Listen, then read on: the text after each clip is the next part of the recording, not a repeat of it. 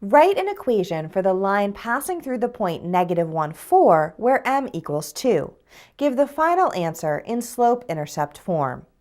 Here we're given a point and the slope, so it'll be best to use point-slope form of the equation of a line in order to obtain the equation of this line.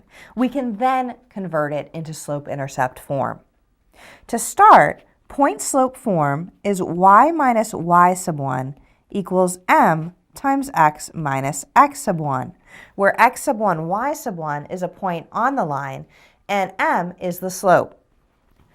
So the equation of this line will be y minus 4 equals 2 times x minus -1. Simplifying on the right side, we have y minus 4 equals 2 times the quantity x plus 1.